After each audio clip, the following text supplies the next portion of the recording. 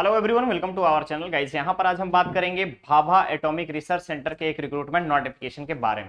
ध्यान से देखिएगा, मेंशन किया गया है department of atomic energy Bhabha atomic research centre. Invite क्या इनवाइट इंजीनियरिंग ग्रेजुएट और साइंस पोस्ट ग्रेजुएट कैंडिडेट से यहाँ पे साइंस एंड टेक्नोलॉजी के लिए रिक्रूटमेंट नोटिफिकेशन जारी किया गया है। कौन सा पोस्ट है? तो अगर हम यहाँ पर देखेंगे OCES 2023 और DGFS 2023 ट्रेनिंग स्कीम और एम्प्लॉयमेंट डिस्क्रिप्शन की अगर हम बात करें तो 1 year orientation course for engineering graduate and science post graduate for the year 23-24। Clear. दूसरा अगर आप देखेंगे सिलेक्शंस में यहाँ पे एप्लीकेशन के बारे में बात किया गया है कि 2 इयर्स का department of atomic energy graduate fellowship scheme लाई गई है 2023 से 25 के लिए। और यहां पर आपका पे स्केल की अगर हम बात करें तो pay scale as a scientific officer 56,100 से 7 CPC लागू होगा। और इसके अलावा अगर आप देखेंगे सारे अलाउंसेस को तो इनिशियल जो सैलरी रहेगी 1,10,000 रुपए की रहेगी। क्लियर है। सिलेक्शन प्रोसीजर अगर आप देखेंगे तो सिलेक्शन प्रोसीजर आपको यहां पर मेंशन किया गया है कि सिलेक्शन जो होगा शॉर्टलिस्टेड कैंडिडेट का सिर्फ और सिर्फ यहां पे इंटरव्यू बेसिस पर होगा। ऑनलाइन स्क्रीनिंग एग्जामिनेशन में अगर आप देखेंगे तो 9 इंजीनियरिंग डिसिप्लिन का और 4 साइंस डिसिप्लिन के लिए अक्रॉस इंडिया आपका ऑनलाइन एग्जामिनेशन कंडक्ट होगा, स्क्रीनिंग एग्जामिनेशन होगा। और सेकंड जो है आपका ग्रेजुएट गेट स्कोर कार्ड के आधार पर आपका सिलेक्शन होगा इंटरव्यू के बेसिस पर। इट मींस कि गेट का अगर आपके पास स्कोर कार्ड है तो डायरेक्ट इंटरव्यू, अदरवाइज आपको रिटन एग्जाम ओपन कैटेगरी में। ठीक है। दूसरी चीज के बारे में अगर हम यहां पर बात करें तो रिक्वायरमेंट में आप देख सकते हो कि सिलेक्शन जो है इंटरव्यू के बेसिस पर होगा। अदर इंपॉर्चुनिटीज में आपको यहां बताया गया है कि डायरेक्ट रिक्रूटमेंट ECIL में हो सकता है आपका। इसके अलावा एलिजिबिलिटी क्राइटेरिया की अगर हम आपसे बात करें तो रिक्वायरमेंट है for engineering discipline BE BTech या BSc इंजीनियरिंग होना चाहिए।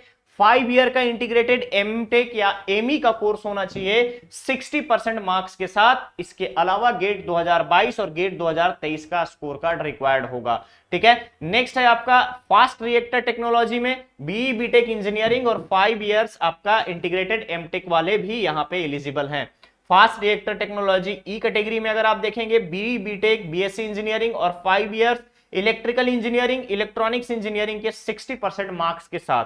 नेक्स्ट है क्वालिटी एश्योरेंस क्वालिटी कंट्रोल के लिए BE BTech मैकेनिकल और मेटलर्जी वाले 60% मार्क्स के साथ यहां पर अप्लाई कर सकते हैं। फिजिक्स डिसिप्लिन में अगर हम बात करें MSc फिजिक्स या अप्लाइड फिजिक्स या फिर फिजिक्स एंड मैथमेटिक्स का कंबाइंड कॉम्बिनेशन के साथ BSc और सब्सिडरी और आंसिलरी सब्जेक्ट में 5 ईयर का इंटीग्रेटेड MSc वाले अप्लाई कर सकते हैं। नेक्स्ट है केमिस्ट्री डिसिप्लिन के लिए सेम क्राइटेरिया रखा गया है, बट कंसिडरेशन में आपको गेट 2022 और गेट 2023 का स्कोर कार्ड रिक्वायर्ड होगा। बायो साइंस में अगर आप देखेंगे तो बायोटेक्नोलॉजी बायोलॉजी, इसके अलावा आपके यहां पर गेट 2022 और गेट 2023 का स्कोर कार्ड जरूरी है। रेडियोलॉजिकल सेफ्टी और इन्वायरमेंटल साइंस में BTech nuclear engineering nuclear technology nuclear science and technology, इसके अलावा फिजिक्स केमिस्ट्री और इन्वायरमेंट के साथ किसी ने MSc कर रखा है और गेट स्कोर कार्ड है उनके पास तो भी यहां पर एलिजिबल है, अप्लाई कर सकते हैं। क्लियर है।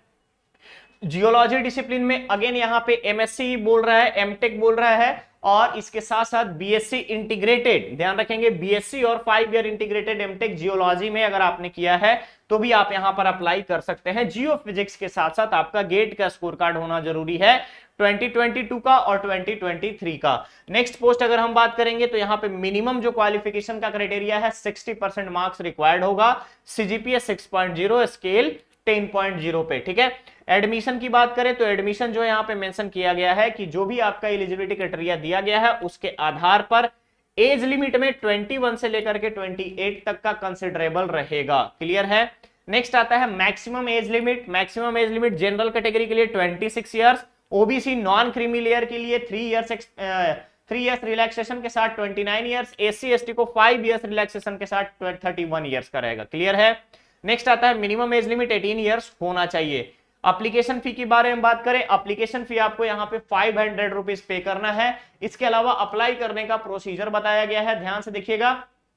और भी यहां पर ध्यान से देखेंगे कि कंसिडरेशन रखी गई है कि www.bark.ocesexam.in पर जाकर के आप डायरेक्ट अप्लाई कर सकते हैं। ऑफिशियल वेबसाइट यहां मेंशन किया गया है। ठीक है। ये सारे आपके कोड्स दिए गए हैं बीटेक के पेपर्स के, यानी कि आपका गेट स्कोर कार्ड किस में होना चाहिए उसके बारे में आपको डिटेल्स बताया गया है। नेक्स्ट आता है ट्रेनिंग स्कूल एलिजिबल डिसिप्लिन, जैसे BARC Mumbai engineering design development, IGCAR Kalpakkam, RR CAT Indore, NFC HW Hyderabad, AMD Hyderabad.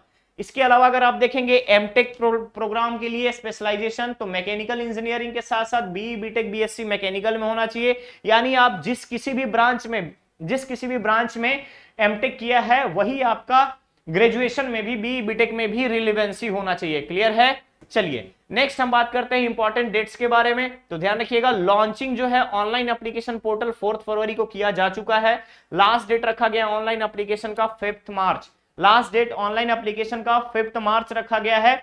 इसके अलावा अगर हम बात करें, ऑनलाइन टेस्ट जो है 1 अप्रैल से लेकर के 2 अप्रैल तक कंडक्ट किया जाएगा। Last date upload GATE score card का अपलोड करने का लास्ट डेट 24 मार्च है। यानी गेट का 2023 का इस साल का रिजल्ट आने के बाद दिन आफ्टर आप अपलोड कर सकते हैं। क्लियर है?